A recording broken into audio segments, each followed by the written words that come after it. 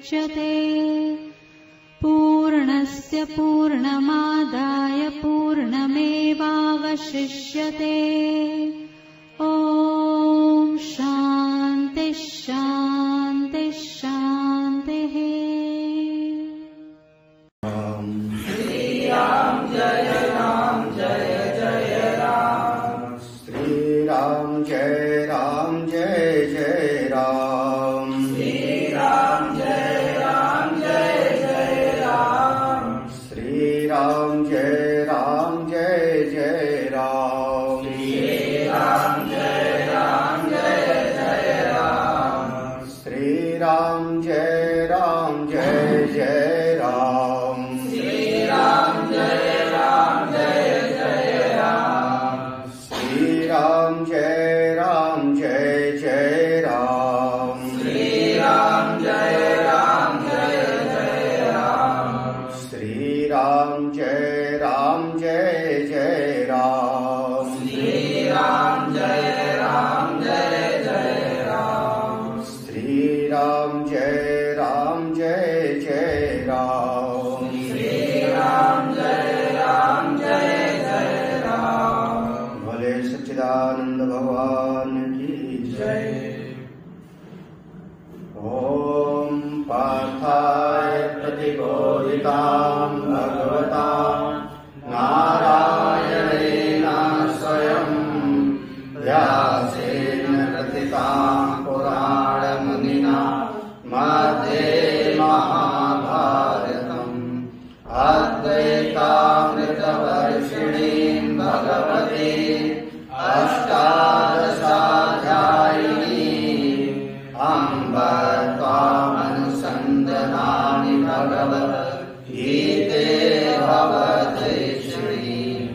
यं ब्रह्मा वरुणेन्द्ररुद्रमरुतः स्तुवन्ति दिव्यैस्तवैः वेदैः साङ्गपदक्रमोपनिषदैः गायन्ति यं सामगाः।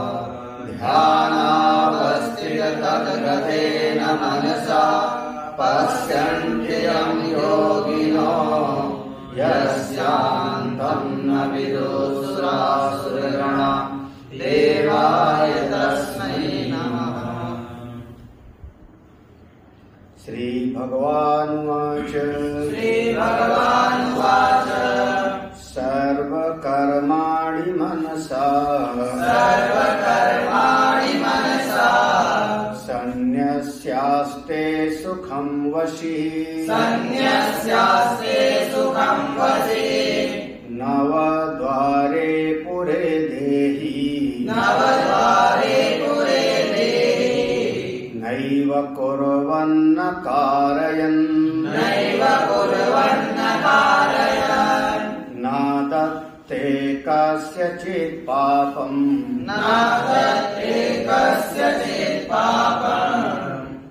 न कर्तृत्वं न कर्माणि लोकस्य सृजति प्रभो न कर्मफल संयोगम् स्वभावस्तु प्रवर्तते न दत्ते कस्यचित् पापम् न चैव सुकृतं विभो अज्ञानेनावृतं ज्ञानम् तेन मुह्यन्ति जन्तवः।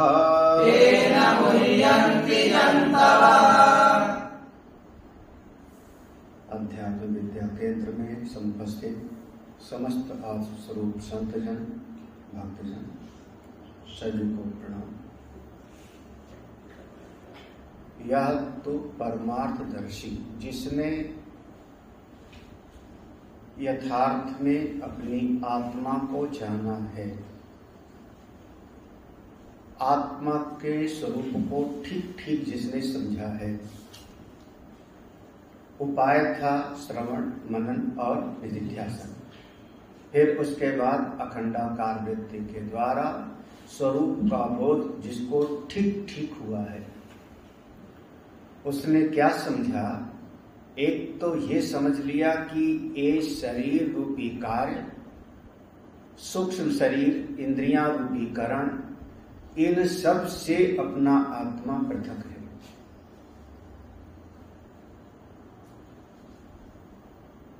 उसकी सन्निधि मात्र से अपनी आत्मा की उस चेतनता के सन्निधि में आने से ये अपना अपना कार्य करने लगती है।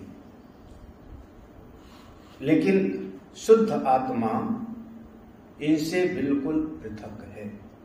कैसे काम करती हैं? जैसे कोई एक घड़ा हो, नाना छिद्र घटोदर स्थित एक घड़ा है, उसमें 8-10 छेद कर दो और उस घड़े के भीतर एक जलता हुआ दीपक रख दो, तो उस छेद में से उस अंदर के जो दीपक जल रहा है उसका प्रकाश बाहर निकलेगा। ऐसा काशी में ऊपर की तरफ दीपदान करते हैं और आकाश दीप भी कहते हैं, दीपावली वगैरह के समय बनाते हैं।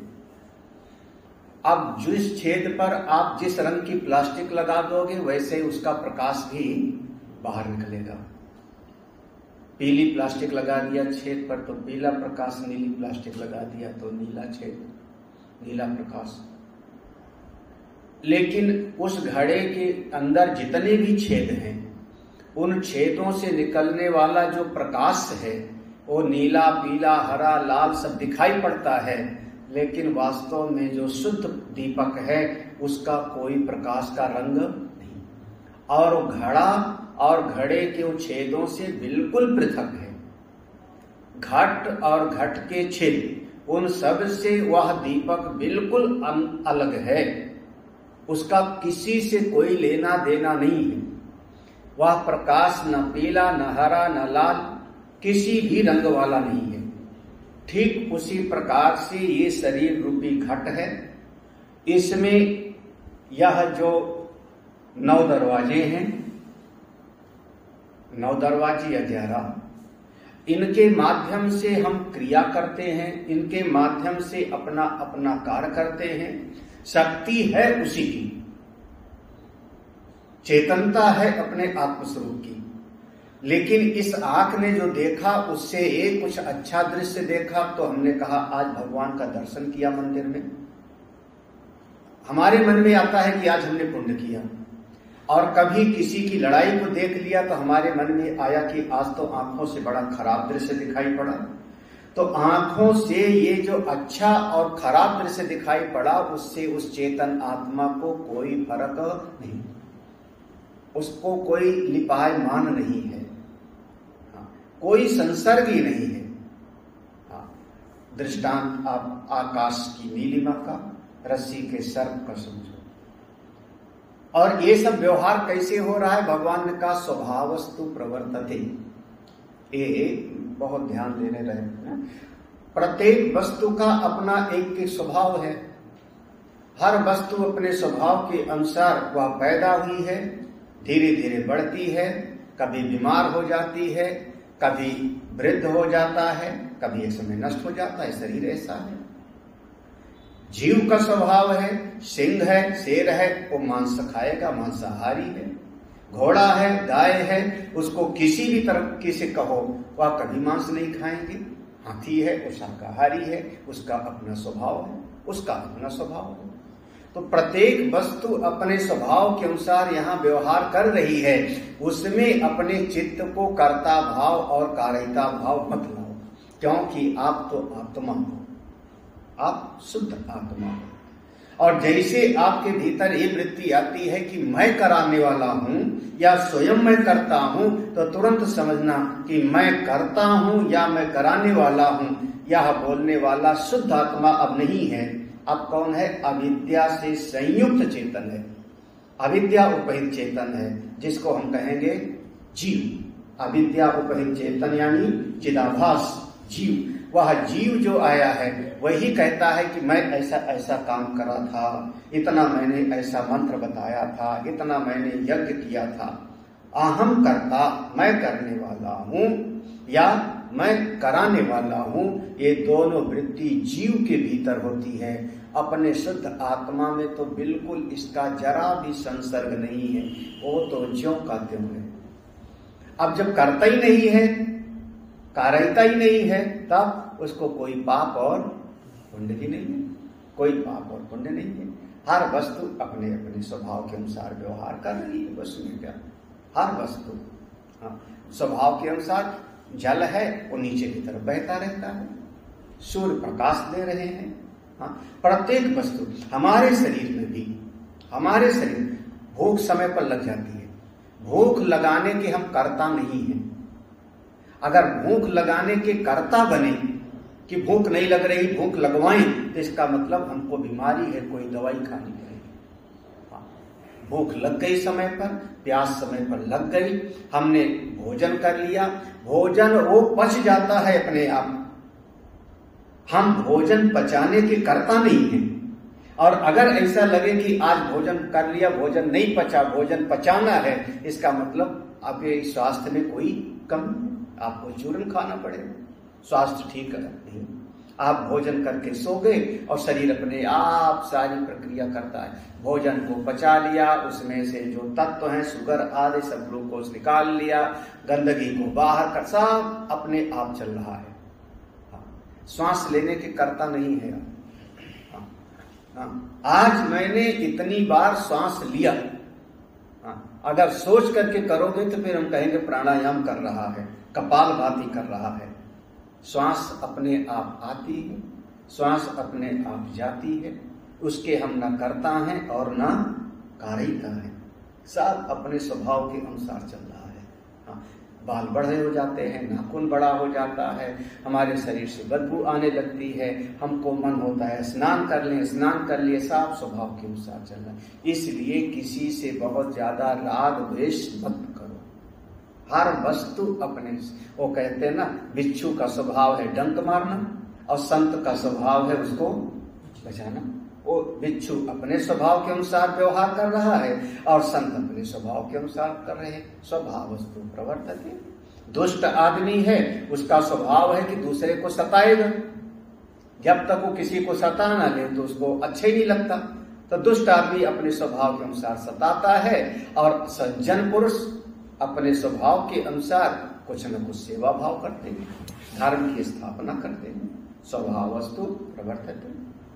एक अगला श्लोक, परमार्थ दृष्टि से, बहुत ध्यान रखना, बार बार भगवान भाष्यकार कह रहे हैं। इसके पहले कहा था यह तू परमार्थदर्शी, 13वां श्लोक के पहले कहा था यह तू परमार्थदर्शी, फिर कह रहे हैं परमार्थ था तो परमार्थ दृष्टि से, परमार्थ दृष्टि से, है ना, ठीक है ना। परमार्थ दृष्टि यानी सत्य की दृष्टि से, यथार्थ दृष्टि से।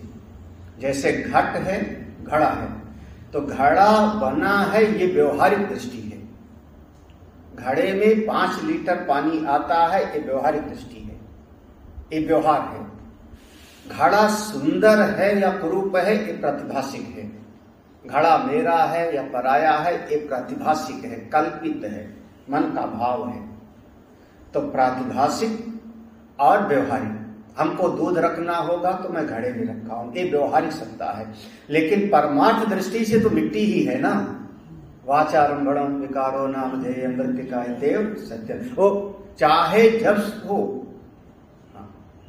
घट तो कहीं है ही नहीं। तत्व दृष्टि से तो केवल मिट्टी ही मिट्टी है।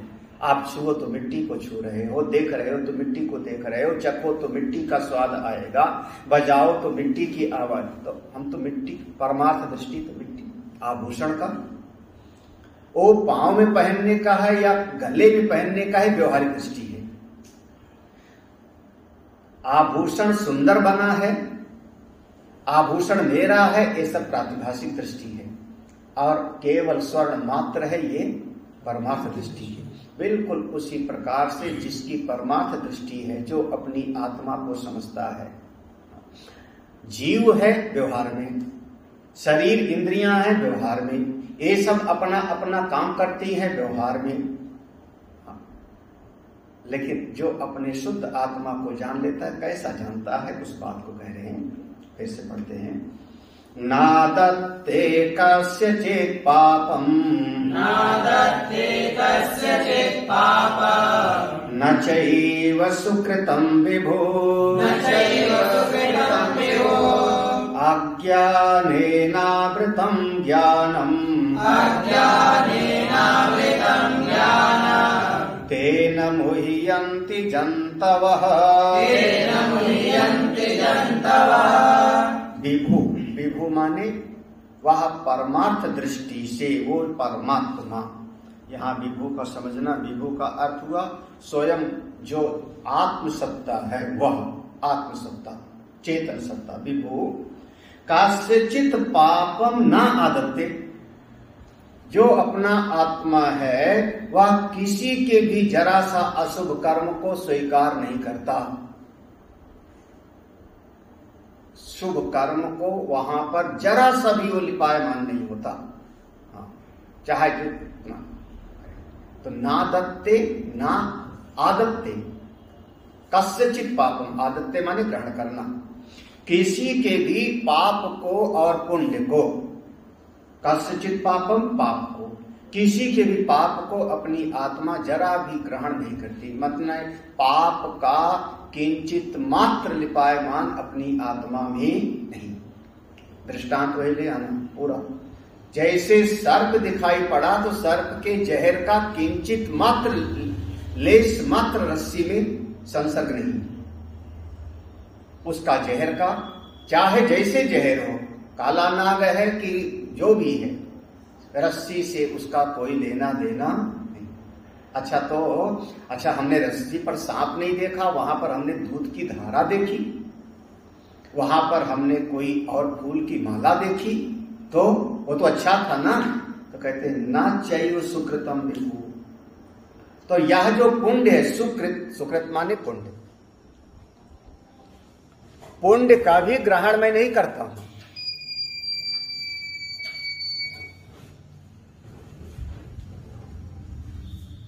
कस्यचित् पापम न आदत्ते, अपना जो सर्वव्यापक, विभु कहते हैं सर्वव्यापक, जो सर्वव्यापक अपना आत्मा है वह किसी के भी पाप को ग्रहण नहीं करता। न चैव सुकृतम, तो फिर पुण्य को, तो कहा नहीं, पुण्य को भी वो ग्रहण नहीं करता। पाप और पुण्य दोनों अपनी आत्मा को बिल्कुल छू भी नहीं सकता, क्योंकि अपनी आत्मा सबसे निर्लिप्त है, सबसे निर्लिप्त है। जैसे आकाश चाहे नीला हो, चाहे आकाश पीला दिखाई पड़े, उससे आकाश को, शुद्ध आकाश को कोई फर्क नहीं पड़ता, क्योंकि शुद्ध आकाश बिल्कुल निर्लिप्त है, उसका कोई अपना रंग नहीं, कोई अपना रंग नहीं। अच्छा, जो लोग देखते हैं कहते हैं नहीं नहीं इसकी आत्मा बड़ी पापी है। संसार में तो व्यवहार में कहते हैं ना कि इसकी आत्मा बहुत पापी है, कंस की आत्मा है, रावण की आत्मा है, बहुत दुष्ट है, हिटलर की आत्मा है, इसकी आत्मा बड़ी पुण्यात्मा है। ये दोनों तो कहते हैं संसार में लोग। भगवान कहते हैं जंतवः, जो जीव हैं संसार के, प्राणी हैं, तो उनके भीतर का ज्ञानम अज्ञानेन आवृतम, जीवों के भीतर का जो ज्ञान है वह अज्ञान से ढका हुआ है। जो उनकी समझ है वो अज्ञान से ढका हुआ है, और चूंकि अज्ञान से ढका है उनके भीतर का ज्ञान, तो ये संसार के प्राणी मोहित हो रहे हैं, भ्रमित हो रहे हैं, उनकी बुद्धि का भ्रम है। तेन मुह्यन्ति, मुह्यंत माने इस कारण से जीव मोहित होता है। तब कहता है कि इसने पाप किया, इसकी आत्मा पापी, इसकी आत्मा पुण्यात्मा। आत्मा पापी नहीं है, आत्मा पुण्यात्मा नहीं है। बस हाँ ये है कि वह जो जीव है, जीव पापी होता है। जो अविद्या उपहित चेतन है, चिदाभास, उसके भीतर कर्ता भोक्ता भाव होता है, वही करता है, जीव कराता है। जीव ही पापी होता है, जीव ही पुण्यात्मा होता है। जीव ही अपने किए हुए पाप और पुण्य का फल भोगने के लिए बार बार जन्म मृत्यु में आता और जाता है। लेकिन शुद्ध आत्मा बिल्कुल वो स्वरूप है, वहां वो अधिष्ठान है, और अधिष्ठान को अध्यस्त वस्तु से कोई लिपायमान नहीं होता।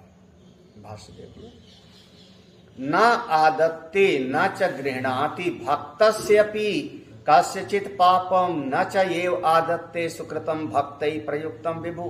कहे ना आदत्ते माने न च गृह्णाति, ग्रहण नहीं करता, वो स्वीकार नहीं करता, बिल्कुल उससे कोई उसका लेना देना नहीं। भगवान भास्कर कहते हैं भक्तस्यपि, चाहे कोई भगत ही क्यों ना हो, वह भगवान का, भगवान की बड़ी उपासना करने वाला हो, तब भी बड़ी उपासना करता है, भगवान का भजन करता है, वो कहता भी है प्रभो त्वदीयम वस्तु गोविंद तुभ्यमेव समर्पये, हे प्रभु मैं जैसा भी हूं सब आपको समर्पित कर रहा हूं। भगवान कहते कस्यचित् पापम ना आदत्ते, किसी का भी वो पाप और पुण्य ग्रहण नहीं करता। एक हमारे भीतर का भाव है कि अगर हम समर्पित कर देते हैं तो हम थोड़ा मन से हल्के हो जाते हैं। इसका मूल समझना, बार बार जो पहले आया था, तो पहले एक शब्द आता था योग युक्तो, तो योग में वहां पर कहा था निष्काम कर्म योग में 3 बातें कही थी। पहला था शास्त्रीय कर्म करता है, दूसरा था ईश्वर अर्पण बुद्धि से कर्म करता है, और तीसरा फल की कामना से, ऐसे आया था ना। तो वो जो ईश्वर अर्पण बुद्धि से कर्म करता है, तो जब अगर ईश्वर को अर्पण करेंगे तो ईश्वर को भी दोष लग जाएगा। जब हमने भगवान को कर्म किया और भगवान को अर्पित कर दिया, तो भगवान को भी जो है पाप पुण्य लग जाएगा। तो उस सूत्र का यहाँ कहते नहीं, भगवान को अर्पित हमने कर दिया तो हम शुद्ध हो जाएंगे, भगवान को अपने सारे कर्मों का अर्पण कर दिया तो आप निर्मल हो जाओगे। लेकिन भगवान तो ज्यों का त्यों, वो बिल्कुल ग्रहण नहीं करते, उनको कोई लिपायमान नहीं होता। तो ना आदत्ते न च गृह्णाति भक्तस्यपि, भक्तों का भी कस्यचित् पापम, किसी का भी कोई भी पाप, इतना सा भी पाप को ना आदत्ते, और न चैव सुकृतम, पुण्य को भी ग्रहण नहीं करते। भक्तई प्रयुक्तम विभु, भक्त हैं, भगवान का भजन करते हैं, और चाहे जितना कहें हम प्रभु को पुण्य दे रहे हैं, सारा पुण्य भगवान को, वो जो शुद्ध आत्मा है उसको कोई लेना देना नहीं है।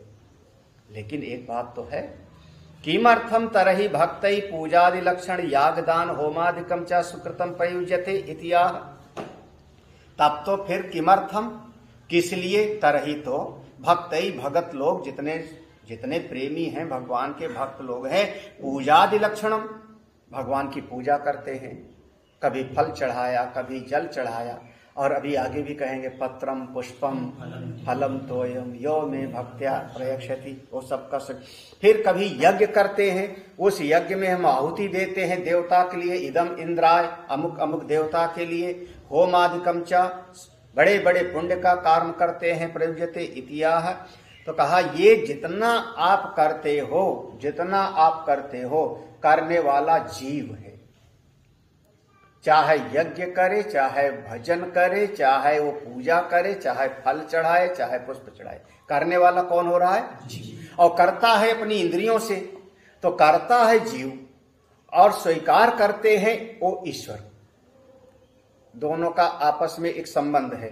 अविद्या उपहित चेतन जीव और माया उपहित चेतन ईश्वर, दोनों उपहित हैं। तो जीव करता है, ईश्वर स्वीकार करते हैं। लेकिन जो अपना शुद्ध आत्मा है, परब्रह्म परमात्मा है, उस पर जीव और ईश्वर दोनों अध्यस्त हैं। जीव और ईश्वर दोनों का उस पर नाटक चलता रहता है। असल में अपनी आत्म दृष्टि से तो न ईश्वर है और न ही जीव। जीव जब तक है व्यवहारिक सत्ता, जैसे जब तक घट है तब तक आप घड़ा बोलोगे, उसमें दूध भी रखना है, दही भी रखना है, वो घड़ा है। उसी प्रकार से जब तक ये शरीर रूपी यहाँ पर जीव है तब तक ईश्वर है। तो जीव ईश्वर की आराधना करता है, इसलिए कि उसका अंतःकरण शुद्ध हो जाए, उसको तत्व का बोध हो जावे। अगर नहीं पूजा आराधना करेगा, भगवान की पूजा नहीं करेगा, तो जीव का चित्त एकाग्र नहीं होगा, इसका अंतःकरण निर्मल है। और बिना अंतःकरण के शुद्ध हुए, बिना चित्त की एकाग्रता के आत्मा को जान ही नहीं सकता। तो ये ईश्वर तक है, जो हम चढ़ाते हैं ईश्वर तक है। पर ब्रह्म परमात्मा जरा भी किसी चीज को ग्रहण नहीं करता। ठीक है, जैसे अगर हम अपने शरीर से ही कोई काम करते हैं, शरीर से कोई काम करते हैं, अच्छा काम कर दिया तो मैं सुखी हुआ, खराब काम कर दिया तो मेरा ही मन कहता है कि आज हमको कुछ अच्छा नहीं लग रहा। किसको कह रहा है, किसको अच्छा नहीं लगा? सुख दुख किसको हो रहा है? जीव को। हमारे शरीर से किए गए कर्म से सुखी हुआ, अच्छा कर्म हुआ तो जीव सुखी हुआ, बुरा कर्म हुआ तो जीव का मन दुखी हुआ। लेकिन जो मेरा शुद्ध आत्मा है, बिल्कुल इससे कोई लिपायमान नहीं होता। बचपन से आज तक हजारों हजार कर्म किया हमने, ना जाने कितने अच्छे भी किए होंगे, खराब भी किए होंगे, लेकिन मेरा अपना आत्मा अभी भी ज्यों का त्यों, बिल्कुल निर्लिप्त। आत्मा किसी को ग्रहण नहीं करता। इसी को कह रहे हैं अज्ञानेन आवृतम ज्ञानम। अज्ञान के द्वारा ज्ञान ढका है। जैसे धुंध के कारण प्रकाश ढक जाता है, सूर्य ढक जाता है। बादल आ गया तो हमको सूर्य दिखाई नहीं पड़ता। उसी प्रकार से जब बुद्धि में अज्ञान आ गया तो वो तत्व का बोध नहीं होता, अज्ञान का एक पर्दा पड़ जाता है। तो विवेक विज्ञानम, ज्ञानम यहां पर है, ज्ञानम माने विवेक विज्ञान को, बुद्धि की समझ को अज्ञान ने ढक लिया, दिखाई नहीं पड़ता। कोहरा पड़ गया तो हमको थोड़ी दूर तक भी नहीं दिखाई पड़ता।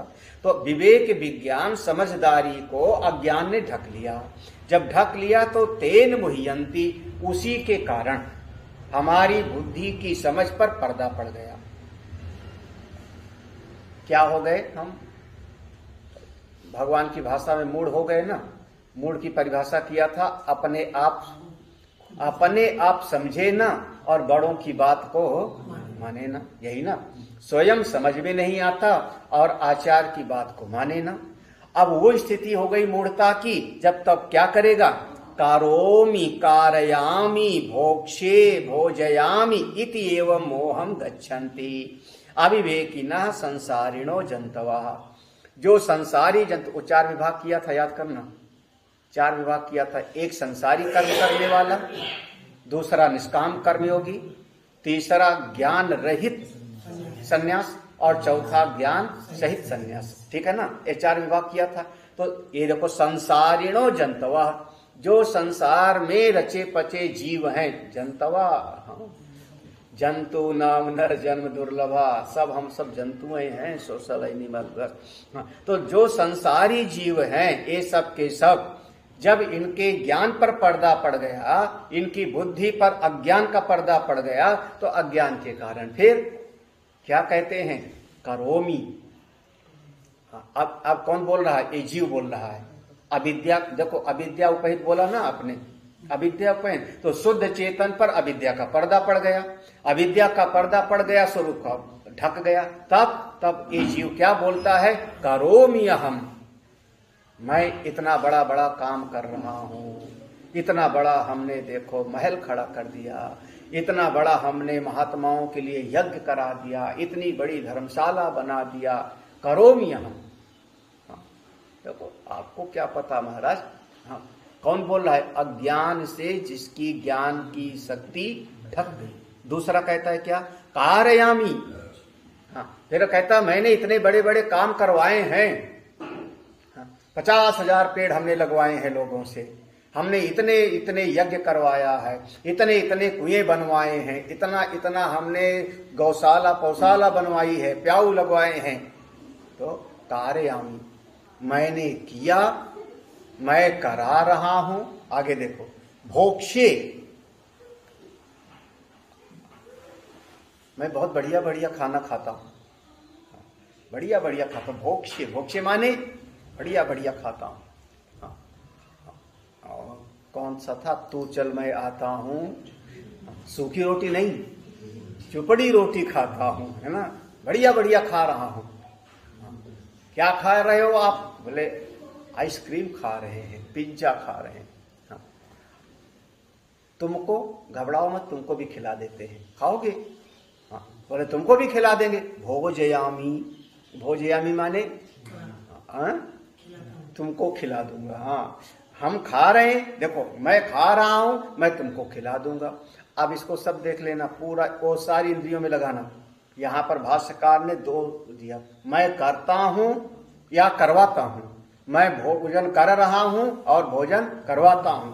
अब इसको सब पे लगाओ, मैं देख रहा हूं और मैं तुमको दिखा दूंगा, जाके देख लो। फिर मैं सुन रहा हूं, मैं तुमको सुनाने की मशीन लगा दूंगा, सुन लेना। ठीक है, पूरा का पूरा सारी इंद्रियों पे। मैं जा रहा हूं, चल रहा हूं, तुमको भी चलने की शक्ति दे दूंगा। तो ये पूरी इंद्रियों की कार्य को मैं करता हूं और मैं करवाता हूं, और ये जीव अपने ऊपर लाद करके, और तब ते जीव भयो संसारी, ये जीव संसारी हो गए। अब याद करना, कभी हमने बताया होगा कि आत्मा शुद्ध चेतन है, आत्मा शुद्ध चेतन है। हमारी जो कर्मेंद्रियां हैं वो जड़ हैं, पांचों महाभूत से बनी है, पांचों महाभूत के रजोगुण से बनी हुई हैं कर्मेंद्रियां। काम करना कर्मेंद्रियों का काम है, लेकिन कर्मेंद्रियों के कर्म को ये चेतन के साथ जोड़ दिया, तब हम अपने आप को मान बैठे अहम कर्ता। ये चित जड़ ग्रंथि है, जड़ चेतन ही ग्रंथि। कर्मेंद्रियों के कार्य को अपने चेतन के साथ जोड़ा तो अहम कर्ता, ज्ञानेंद्रियों के ज्ञान को अपने आत्मा के साथ जोड़ दिया तो नाम हो गया मैं जानने वाला हूं, और अंतःकरण के भोक्ता भाव को अपनी आत्मा के साथ जोड़ दिया। आप चेतन हो, शुद्ध हो, निर्लिप्त हो, लेकिन अंतःकरण की वृत्ति के साथ जोड़ दिया तो हमने कहा मैं भोक्ता हूं। और एक कर्ता भाव, ज्ञाता भाव और भोक्ता भाव, इसी का नाम जीवत्व है। यही संसार में हमको फंसाए रखता है। और इस प्रकार से एवं इस प्रकार से मोहम गच्छन्ति, मोह में जीव पड़ा रहता है। और कि कब तक? बोले जन्म जन्मांतर तक, 84 लाख जन्मों तक ये वृत्ति हटती नहीं। किसका? अविवेकिना, जिसने ज्ञान प्राप्त नहीं, जिसने सत्संग नहीं सुना, जिसने शास्त्र का श्रवण नहीं किया। भाग्य की बात है। दुर्लभम त्रयमेव दैव अनुग्रह हेतुकम मनुष्यत्व मुमुक्षुत्व। ये किसी किसी पर सबको ये उपलब्ध नहीं होता, सारे समाज को पता ही नहीं है उपनिषद गीता। तो ईश्वर की कृपा है जिसको ये समझ में आ जाता है, अन्यथा तो अज्ञान में पूरा का पूरा संसार जी ही रहा है। अच्छा, जब हम इस ज्ञान के लिए आगे बढ़ेंगे, संत के पास गए, शास्त्र की शरण में गए, थोड़ा श्रवण करने लगते हैं, तो फिर ज्ञान क्या कर्म करेगा, ज्ञान कैसे काम करता है, उस बात को कहते हैं। ज्ञानेन तु तदज्ञानम्, येषां नाशितमात्मनः, तेषामादित्यवज् ज्ञानम्, प्रकाशयति तत्परम्। श्लोक का अर्थ देखना। तू माने विलक्षण, वो अज्ञानी से उल्टा। ऊपर वाला तो हो गया अज्ञानी की बात। अज्ञानी आदमी मैं करता हूं और मैं कराता हूं ऐसा भ्रम में पड़ते हैं। इससे विपरीत तू माने उल्टा। कौन है? तद अज्ञानम ज्ञानेन नाशितम, ऐसाम जिसके भीतर का, ऐसा माने जिसके अंतःकरण का। तद अज्ञानम वो अज्ञान, तद धन अज्ञान वो अज्ञान, ज्ञानेन नाशितम ज्ञान से नष्ट हो गया। जिस साधक ने सत्संग सुना, शास्त्र का चिंतन मनन किया, ध्यान अभ्यास किया, साधन किया, और साधन करते करते अखंडाकार वृत्ति पैदा हुई, और उस ज्ञान वृत्ति से अज्ञान का नाश हो गया, अज्ञान का नाश हो गया। हाँ, जो उस यहाँ आत्मना का अर्थ है अंतःकरण। यहाँ आत्मना माने अंतःकरण। यहाँ आत्मना का अर्थ जो है वो शुद्ध, या कह लो कि आत्म विषयक, जो अपनी आत्मा जो है उसके, लेकिन यहाँ आत्मा न माने अंतःकरण हुआ। तो जिसके अंतःकरण में जो अब इसका मतलब हुआ अज्ञान है कहाँ? अंतःकरण में। अज्ञान अंतःकरण में है, तो जहां अंधकार होगा वहीं दीपक जलाना पड़ेगा ना। तो और बाकी सारे उपाय हैं, हम संत के पास गए, शास्त्र का चिंतन किया, ध्यान किया, चिंतन मनन जो करना था किया, लेकिन जब अंतःकरण में ज्ञान की ज्योति जली, ज्ञान का प्रकाश जलेगा, तो उस ज्ञान के प्रकाश में हृदय के भीतर का अज्ञान नष्ट हो। जब अज्ञान नष्ट हो गया तो अंधकार चला गया, तब तेषाम ऐसे, तेषाम ऊपर था ना, ऐसा माने जिसके, जिसके अंतःकरण का ज्ञान नष्ट हो गया। नीचे आए तेषाम, फिर उसके भीतर होगा क्या? आदित्यवज ज्ञानम, उसके भीतर जैसे प्रकाश का, सूर्य का प्रकाश है, आदित्य माने सूर्य, जैसे सूर्य का प्रकाश है उसी प्रकार से आत्मा का बोध स्वयं हो जाएगा।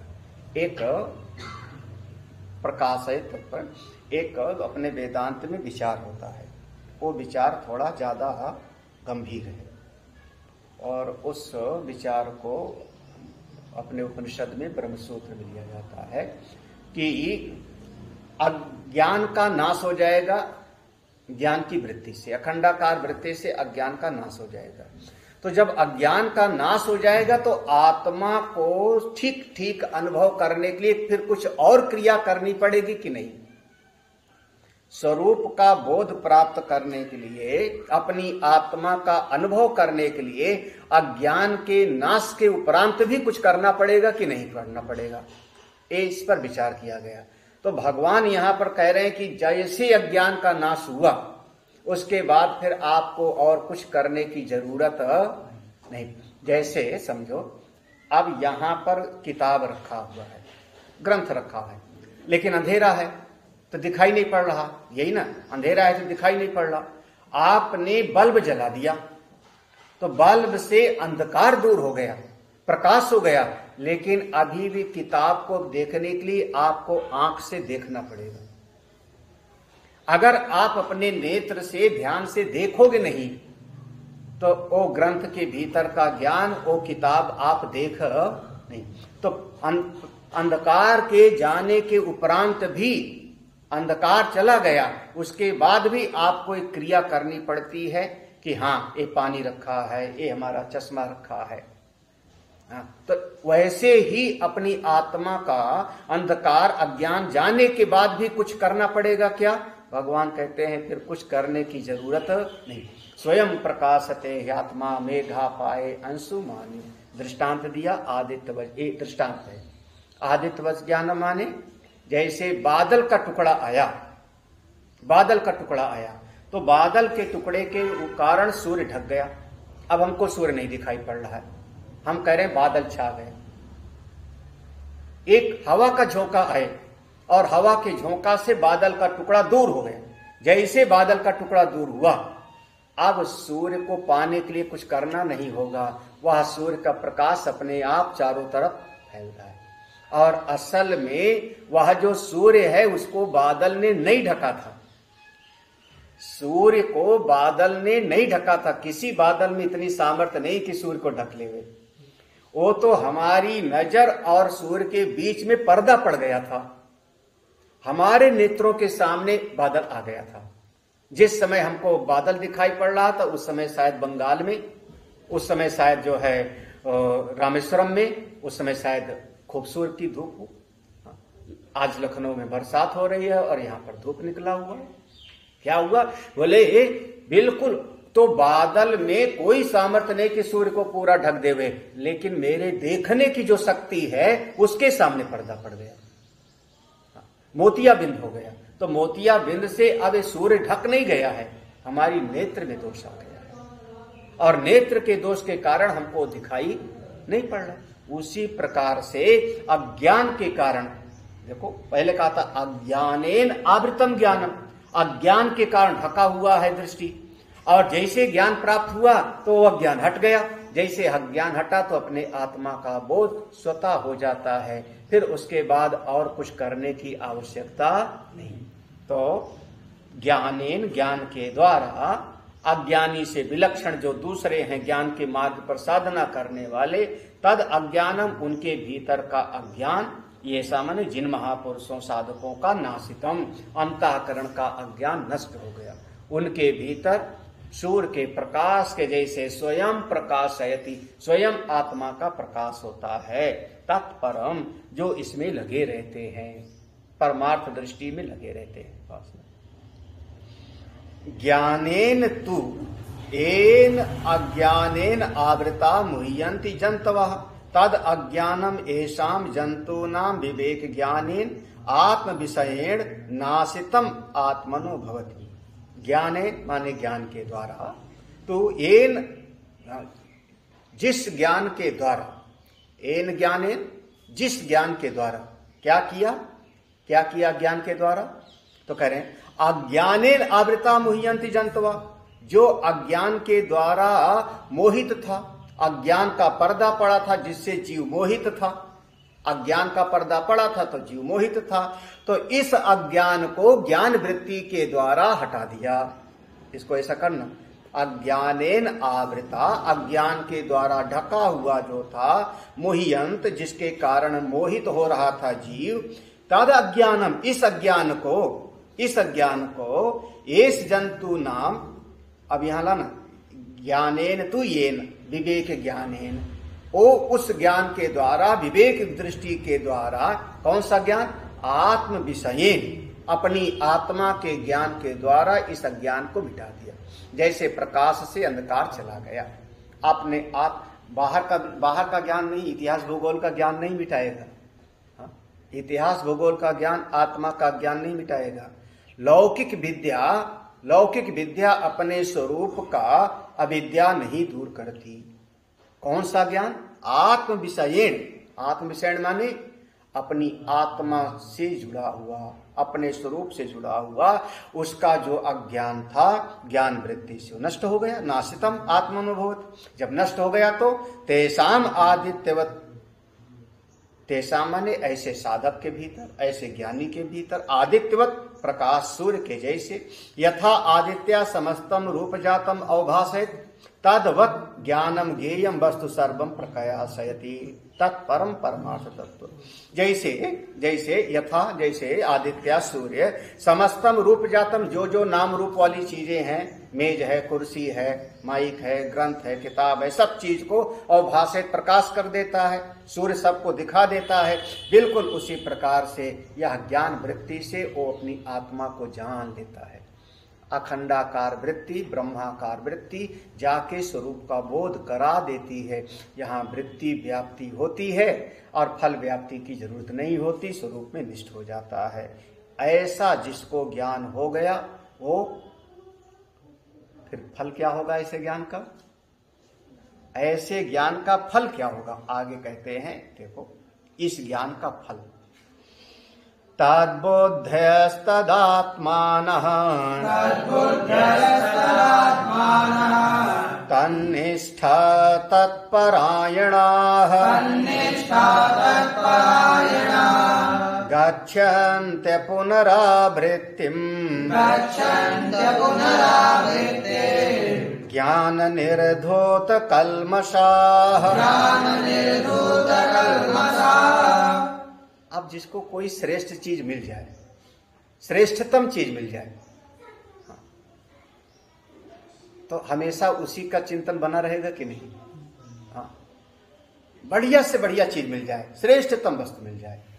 अरे यहां तक कि कोई व्यक्ति अगर नया आदमी है, गांव का आदमी है, गांव का, और पहली बार जहाज पे बैठे, उसके बेटे वगैरह बिठा देंगे, उसके बाद अपने घर आवे तो हफ्तों जो है चर्चा किसकी करेगा, वो जहाज पे ऐसे बैठे थे। कोई विदेश जाके घूम के आवे, हफ्तों अपने घर में चर्चा किसकी करेगा, वहां ऐसा होता है, वहां ऐसा होता है, वहां इस प्रकार से होता है।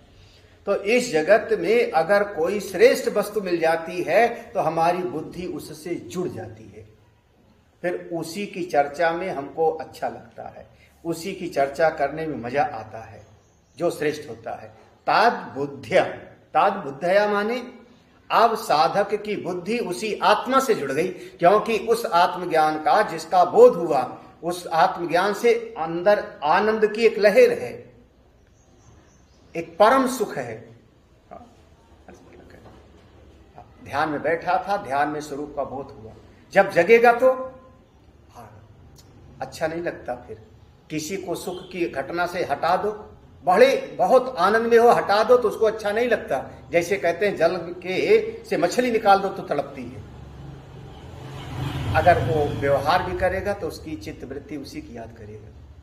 क्या आनंद था ध्यान में, वो परमात्मा के स्वरूप में कितना सुख था। कहाँ संसार में फंसे पड़े हैं, केवल धन, परिवार, समाज, पद, प्रतिष्ठा, जो देखते देखते बदलता रहता है। तद बुद्धि, बुद्धि को किस में लगाए? ये बुद्धि कहाँ कहाँ जाती है याद रखना, वो सब पे 10 जगह गिन लेना। ममता कहाँ कहाँ होती है? 10 जगह। जननी, जनक, दुसुतधारा, तानु, धन, भवन, वो तुरंत याद करना। उसी का बुद्धि उसी की चीज याद करती है ना। अब उसको ये 10 चीज में याद करने में मजा नहीं आता। फिर वो अपनी आत्मा के तद बुद्धिया, बस अपने आप, इसी को आत्मरमण कहेंगे। तद बुद्धिया, तद आत्मनः, तद आत्मनः माने वो उसी में पक्का निष्ठ रहता है। तद आत्मनः माने अब उसकी चित्त वृत्ति, उसका अंतःकरण, उसकी अंतःकरण की वृत्ति, अंतःकरण पूरा का पूरा उसी में डूबा रहता है। बात करते भी चलते भी। तद बुद्धिया माने विचार की वृत्ति में वही आत्मा का चिंतन करेगा, बात करेगा तो आत्मा की। और तदात्मना माने उसका पूरा अंतःकरण उसी से सराबोर होता है, उसी से सराबोर होता है, वो अपने आनंद में रहता है। तन निष्ठा, तन निष्ठा, निष्ठा बार बार जैसे अभी पढ़ा था, दृढ़ निश्चय। दृढ़ निश्चय, जैसे आज हमारे बुद्धि में दृढ़ निश्चय है कि मैं पुरुष हूं, मैं मनुष्य हूं, दृढ़ निश्चय है। डामाडोल नहीं होते, कोई याद नहीं करना पड़ता, बिल्कुल वैसे उसके भीतर दृढ़ निश्चय हो गया। तन निष्ठा कि मैं आत्मा हूं, मैं सच्चिदानंद हूं, मैं ब्रह्म स्वरूप हूं, ये उसी में निष्ठ हो गया वो। चलते फिरते भी मैं तो आत्मा। तत्परायण, तत्परायण उसी पर ब्रह्म परमात्मा से उसका जीवन पूरी तरह से युक्त है। अब जिसकी बुद्धि की वृत्ति उसी परमात्मा का चिंतन करती है, जिसका अंतःकरण परमात्मा के आनंद में डूबा रहता है, जिसका पूरा दृढ़ निश्चय है कि मैं आत्मस्वरूप ही हूं और उसी के परायण है, ऐसा साधक जब ये शरीर को छोड़ देगा तो गच्छन्ति अपुनरावृत्ति, संधि विच्छेद करना, गच्छन्ति धन अपुनरावृत्ति, फिर ये शरीर को छोड़ के जब जाएगा तो दोबारा संसार में वापस, दोबारा संसार की वस्तु में उसका रस होता तो संसार में जाता। बाजार में किसी चीज में रस है तो बार बार हम जाते हैं वहां पर, उस चीज को खाने के लिए, खरीदने के लिए। अब उसका कहीं है ही नहीं, वो तो अपनी आत्मा में रमण करता है, तो संसार में दोबारा नहीं आता। क्यों नहीं आता? क्योंकि उसने उस ज्ञान को प्राप्त कर लिया जिस ज्ञान से उसके भीतर का सारे पाप धुल गए। ज्ञान निर्धूत, ज्ञान की दृष्टि से, पहले कहा था ज्ञान अग्नि दग्ध कर्माणम तमाहु दग्धा। फिर दूसरी जगह पे कहा था यथा एव इंधांसी, यथैधांसी समिद्धो अग्नि भस्म सात पूर्तयति। यथैधांसी समिद्धो अग्नि, जैसे पूरा का पूरा अग्नि भस्म कर देती है, तो उसके भीतर की ज्ञान की अग्नि सारे कलमश को, कलमश माने पुण्य और पाप दोनों, धर्म अधर्म सबको भस्मीभूत कर दिया। जब सब शुद्ध हो गया तो उसका कहीं पर आना और जाना नहीं होता। इसका भाष्य थोड़ा सा है, इसका भाष्य तो देख ही लेते हैं। सबसे पहले तद बुद्धया, तद बुद्धया का अर्थ करते हैं, बुद्धि की परिभाषा याद है ना, बुद्धि माने निश्चयात्मिका बुद्धि। तो तस्मिन गता बुद्धि ये शाम ते तद बुद्धया, जिसकी बुद्धि उसी परमात्मा में, तस्मिन उसी परमात्मा में बार बार जाती है, उसी परमात्मा का चिंतन करता है, उसका नाम है तद बुद्धया। बुद्धि से किसका विचार करे बार बार, किसका चिंतन करे, किसका? तत्, तत् माने वह ब्रह्म तत्व, अपना आत्मा, उसी का चिंतन करे। ये नहीं कि सत्संग पूरा हुआ और व्हाट्सएप खोलना शुरू कर दे। हाँ, ये थोड़े है। तो तद बुद्ध है कौन? तस्मिन गता बुद्धि। तस्मिन गता बुद्धि माने उसी परमात्मा में, अपने आत्मा में ही जिसकी बुद्धि लगी है। ऐसाम ते तद्बुद्ध है, वो तद्बुद्धि है। अच्छा, दूसरा शब्द है तदात्मना, माने बुद्धि आत्मा से जुड़ गई। पहला शब्द है ना, बुद्धि अपनी आत्मा से जुड़ गई। दूसरा है तदात्मना, माने तद एव परम ब्रह्म आत्मा ऐसाम ते तदात्मनः। तद एव, वह आत्मा ही, तद माने वह आत्मा, अपना पर ब्रह्म ही, वही पर ब्रह्म आत्मा, वही मेरी सत्ता है, वही मैं हूं। देखो, बुद्धि जाके उसका चिंतन करती है और भीतर एक भाव पैदा हुआ कि मैं वही आत्मा हूं, मैं नित्य हूं, शुद्ध हूं, बुद्ध हूं, मुक्त हूं, अजर अमर आत्मा हूं। हाँ, मेरी मृत्यु थोड़े है। हाँ, शरीर मरेगा, जीव जाएगा, मैं तो शुद्ध आत्मा हूं, जिसका ना कहीं जाना और ना कहीं, उसी में जाके एक ही भूत है, नित्य ऐसे भाव में रहता है। तान निष्ठा का अर्थ करते हैं निष्ठा। निष्ठा माने अभिनिवेश।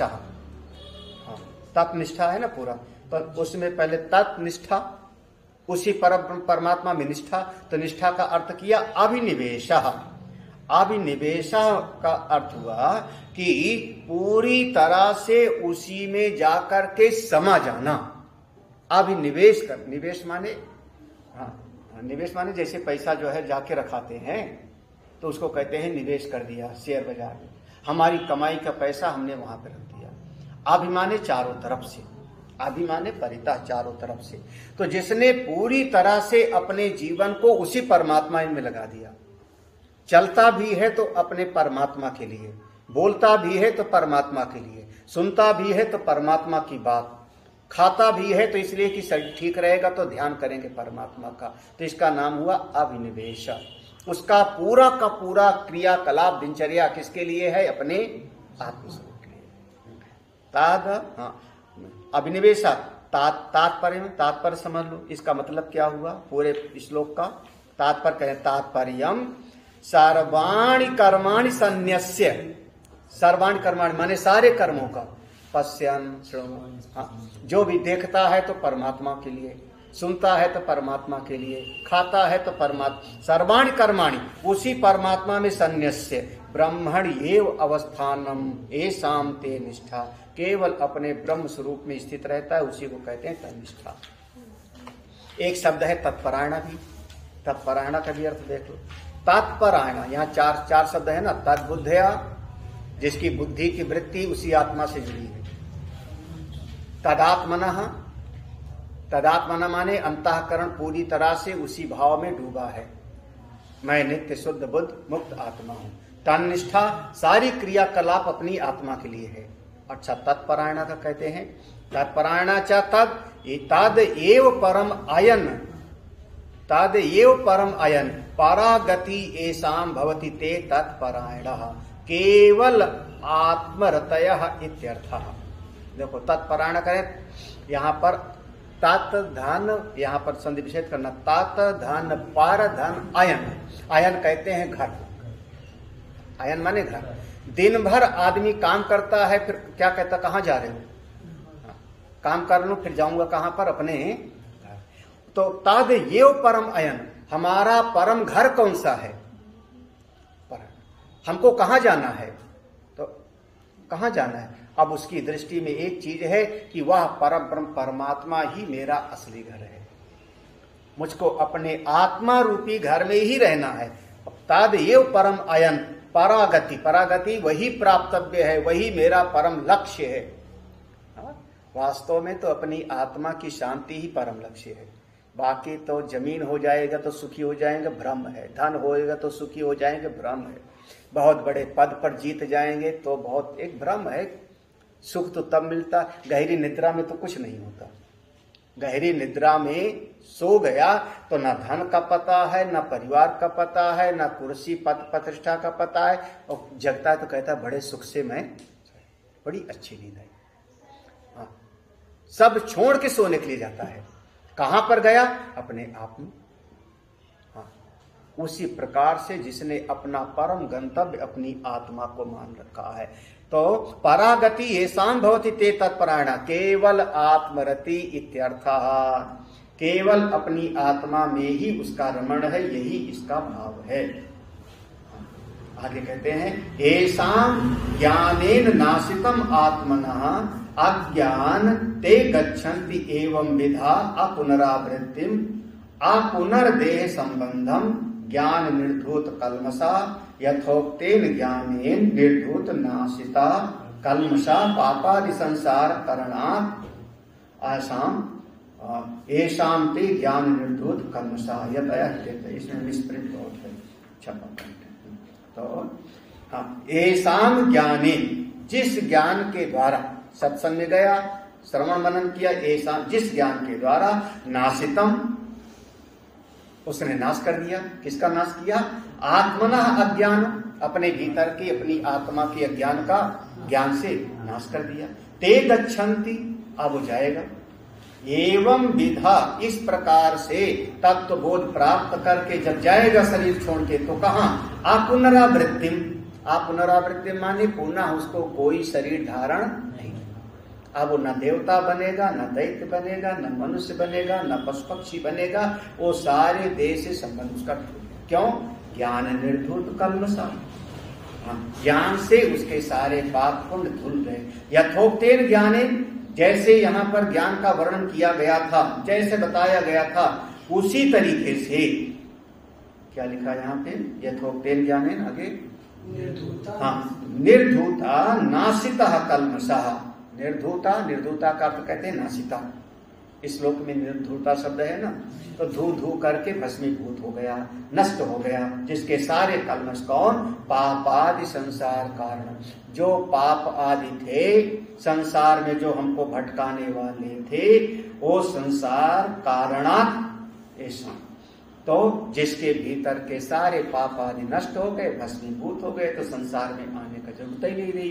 वो ऐसे ज्ञान से जो पाप नष्ट हो गए, जीवन मुक्त हो गए। ऐसे कौन है? यतयः, जो यत्न करते हैं, इस ज्ञान के लिए प्रयास करते हैं, आत्मबोध के लिए प्रयत्न करते हैं, ऐसे लोग जीवन मुक्त हो जाते हैं। अब आगे कहते हैं ऐसे जो जीवन मुक्त हो जाते हैं, दुनिया को कैसे देखते हैं? येषां ज्ञानेन नाशितम आत्मना अज्ञानम ते पंडिताः कथम तत्वम पश्यन्ति। तो जिन्होंने ज्ञान से अज्ञान का नाश कर लिया, वो पंडित है, वही पंडित है। अब ऐसे पंडित दुनिया को कैसे देखते हैं? फिर कुछ बदल जाता है क्या? जो ज्ञानी हो जाएंगे, क्या पीछे चमकदार कुछ निकल आएगा? क्या होगा? तो इति उच्यते, अगले श्लोक में इस बात को कहते हैं कि ज्ञानी की समझ क्या होती है, तत्ववेत्ता की दृष्टि क्या होती है।